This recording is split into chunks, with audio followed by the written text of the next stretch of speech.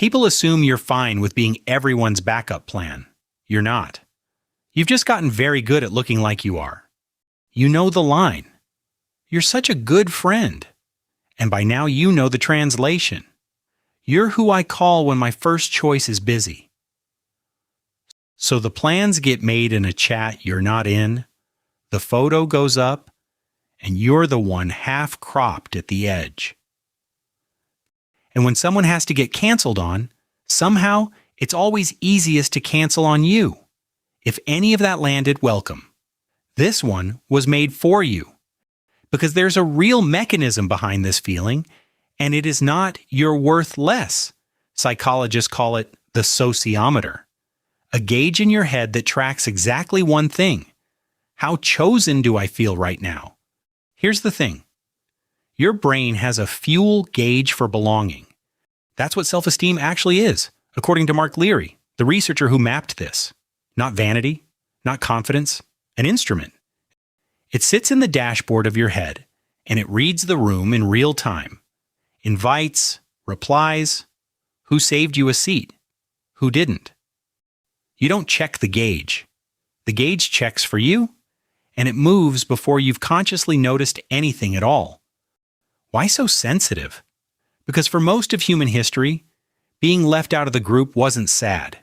It was fatal. So the gauge was built dramatic on purpose.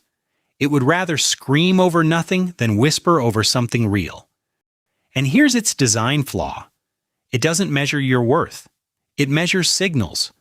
Whoever texts back slowest, whoever's seat is furthest, the needle logs all of it as data about you. You're the 11 p.m. text, not the 7 p.m. invite. The gauge logs that too. Quietly, every single time. None of that log is a verdict about what you're worth. But try telling the needle that, and then it gets worse. The needle gets sticky.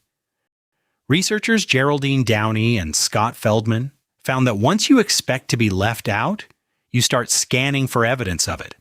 And a scanner that wants to find something always finds it. The message says, seen 2 hours ago. No reply. Your chest already knows what that means. They're done with you. Except, pull back. It's midnight. They fell asleep on the couch, phone face down, halfway through typing. Nothing happened. Nothing happened, but your alarm went off anyway. That's the sticky needle. It reads ambiguity as rejection, every time, because rejection is what it's braced for. So the gauge sits low even on good days. Stuck. Not because the data is bad, because the needle stopped trusting the data. And a stuck needle changes how you move. You reply instantly, but you never text first. You'd rather not ask than hear a no. You decline the maybe invites early, so nobody gets the chance to decline you first. It feels like self-protection. It reads, from the outside, like distance. Who's in for Saturday? You instantly. Me. 3 dots. Then, cool. Anyone else? And people can't see a gauge. They can only see the distance. So slowly, without malice, they choose you a little less, which the needle records as proof it was right all along. That's the loop. Not a character flaw. A smoke alarm doing its job too well, and none of it. None of it means you're dramatic. But here's the part nobody says out loud. You didn't get overlooked. You got mispriced. Somewhere along the way, you became the reliable one, the one who always shows, the one who never makes it weird. And reliability has a strange market price. Whatever's always available stops feeling urgent. People fight for the concert ticket that's about to sell out. Nobody fights for the ticket that's guaranteed. You made yourself guaranteed. Out of love, mostly. And the world quietly filed you under always there. The one shelf nobody checks in a hurry. Meanwhile, look at who does get picked first. The loudest, the newest, the nearest. First choice is rarely a measure of worth. It's a measure of noise, timing, and proximity. Think about that. The gauge in your head has been treating a popularity sprint like it was a verdict on your soul.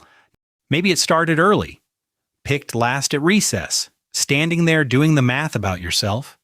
That math was wrong then, too. Kids pick their friends and the tallest kid. That's the whole algorithm. Being unfought for and being unloved are two different things. You've been reading one as the other for years.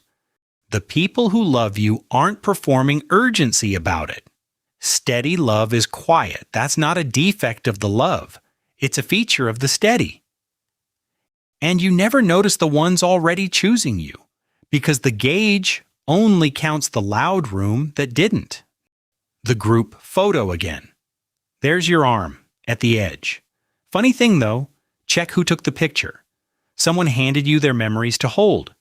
That's a kind of chosen too. So no, you're not invisible. You're underpriced. And prices can move. Not by becoming louder, not by playing hard to get. Something more honest than both. Because the needle doesn't move when the world changes. It moves when the data changes. So we're going to change the data. Here's how you move the needle. First, pick first. Once a week, you send the 7 p.m. text. You name the plan, the day, the place. Because here's the market secret. Invitations follow inviters. The people who seem endlessly chosen are mostly just the ones who choose first over and over. And when you pick first, watch what the needle does with a yes. A yes to your plan is undeniable data. The gauge can't argue with it. Second, the honest no. When you can't or don't want to, say no. Without the apology essay. Without offering 3 alternative dates out of panic. Not as a strategy, as accuracy. Your yes only means something when your no is real, and people feel the difference faster than you'd believe.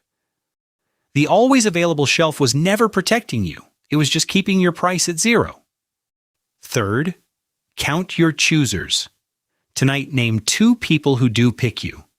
The one who reads your long messages, the one who remembers the thing you said in March. The gauge counts the loudest room by default. This is you, manually correcting the instrument. Those 2 people are data too. The needle just never weighted them. And one of them right now probably thinks they're not your first choice. Sit with that one for a second. So text them, not, we should hang out sometime, a day, a place. Watch how fast a guaranteed ticket sells when someone actually puts it on sale. Do these 3 for a month, and the needle lifts, not because you performed better, but because you finally fed it true numbers. You were never nobody's first choice. You were the steady one, in a world that keeps confusing steady with spare. The gauge was doing its job. The data was just incomplete. Now you know how to finish it. Retake the photo, stand wherever you want in it. Turns out the edge was never assigned. You just stopped walking to the middle. If this gave you back a little of your own price, that's what we make here every week. Subscribe if you want to keep it going. And in the comments, don't tell me who doesn't choose you.